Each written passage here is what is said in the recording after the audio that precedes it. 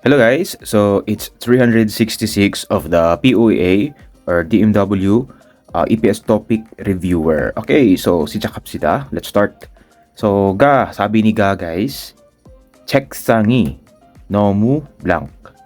혼자 들 수 없어요. Okay, so 책상. 책상, yes, the desk. Okay, basic vocabularies guys. So desk. Subject particle. So, sa Tagalog guys, it can be equivalent to ang, no? So, 책상이 means ang desk daw, 너무, okay, 너무, very, okay, blank. 그래서, 혼자 means alone, mag-isa, 혼자, then, 들수 없어요. Okay. So, yung verb natin dito guys is 들다. Ito po. Okay, it comes from the verb 들다, which means to lift, no? Buhatin. Okay. So, 들다.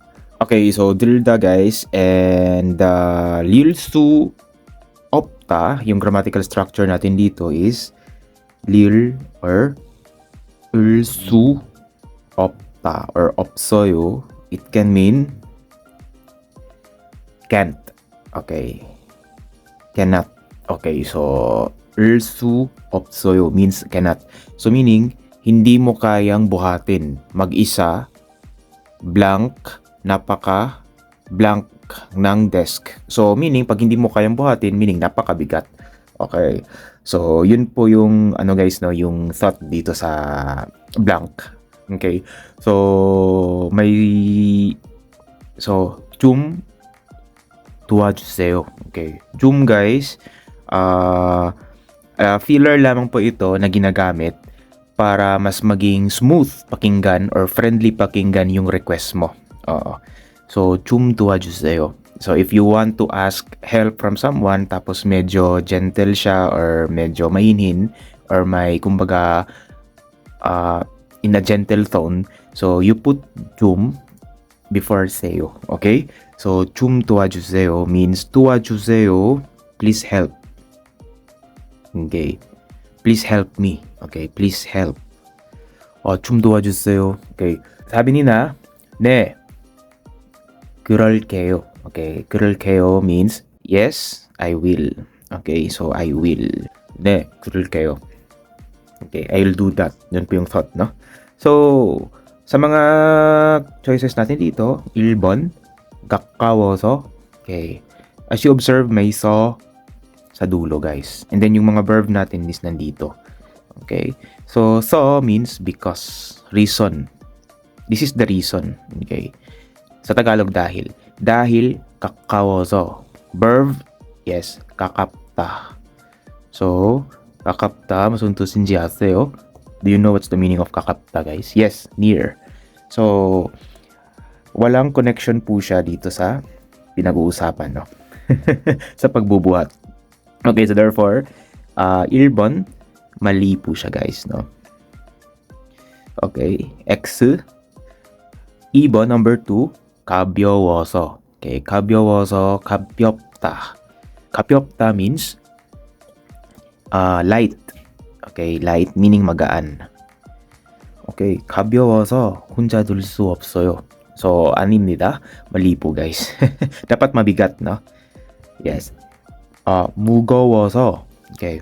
무거워서 무겁다. Okay. 무겁다, which means to be heavy. Okay. 잠깐만, hindi nakita. Ayan, guys, no. 무겁다 means heavy, mabigat. So, this is the correct answer. Okay. 무거워서 혼자 들 수 없어요. Okay. So, therefore, guys, 정답 natin or tamang sagot is 3번, number 3. Hindi 어려워서. 어렵다, yung original form, 기본형, 기본형 means the basic form, 어렵다. So, means very hard. Okay, so 관계가 없습니다. Wala siyang connection dito, guys, or relation dito sa context natin. 어렵다. Mahirap yung 책상. Okay, so hindi mo pwedeng sabihin or it doesn't make sense if you say 책상이 어려워요. mahirap yung 책상 아닙니다. 그래서 정답은 다시 한번 3번입니다. Number 3 yung tamang sagot natin.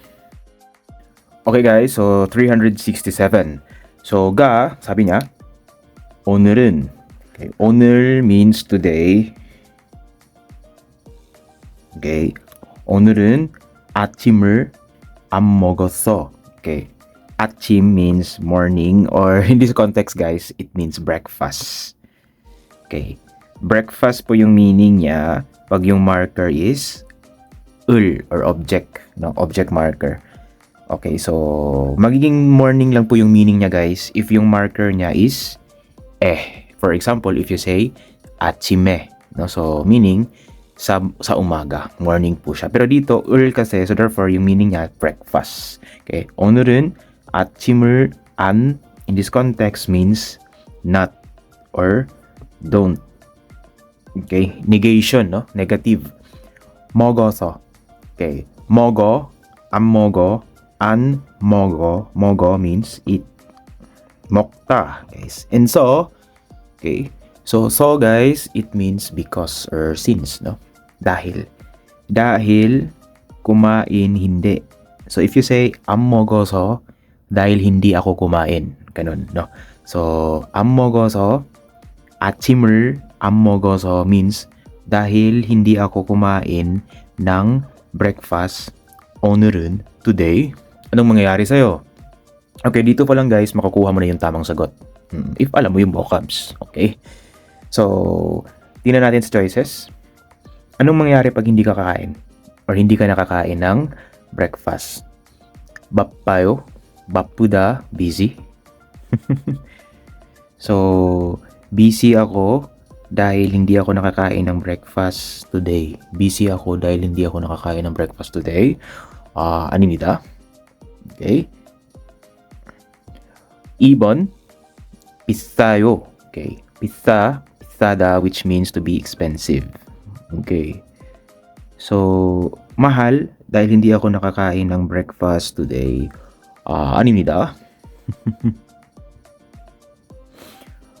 3번, 배고파요. Okay. 배고파. Okay. 배고프다, which means to be hungry. Gutom. Okay, so therefore guys, 3번 po yung tamang sagot natin dito, no? Okay, so dahil hindi ako nakakain ng breakfast today, gutom ako. Okay, gutom ako dahil hindi ako nakakain ng breakfast today. 그래서 정답 3번입니다. Okay, number 4, 맛없어요. Okay, 맛없다 or 맛없어요. 반대말. Okay, 반대말 means yung 맛있어요. Okay, 맛 kasi guys means taste. Okay, so meaning 없어요, walang ka-taste, no? Walang sarap, hindi masarap, ganun. Okay, so not delicious po yung thought nito guys. Okay, 맛있어요 naman yung 맛 means taste, 있어요 merong lasa, tasty, therefore masarap. 맛있어요. Okay, ito 맛없어요. 맛없어요.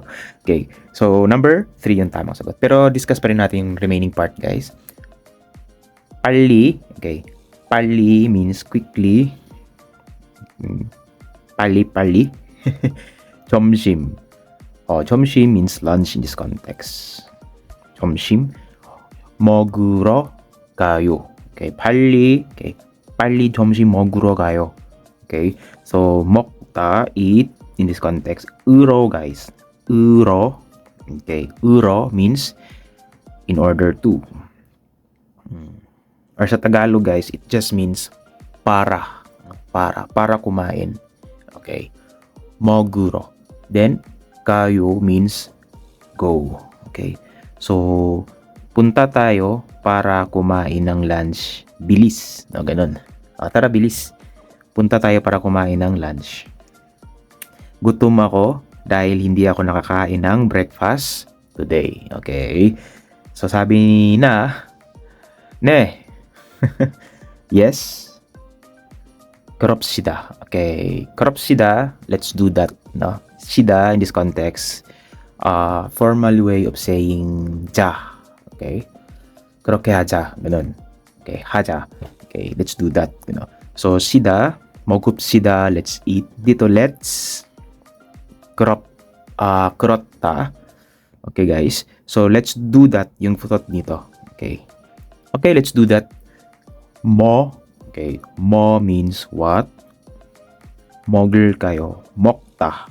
Eat. Then ul kayo guys, kahit hindi mo na siya alam, pero if you say mo mokta, ganun, mo mogo, means what do you eat? Pero ul kayo, in this context, shall, shall we, okay? So meaning, mo mogul kayo means what shall we eat? Ano yung kakainin natin? Okay. So, tashi ambon guys, yung tamang sagot natin is number 3.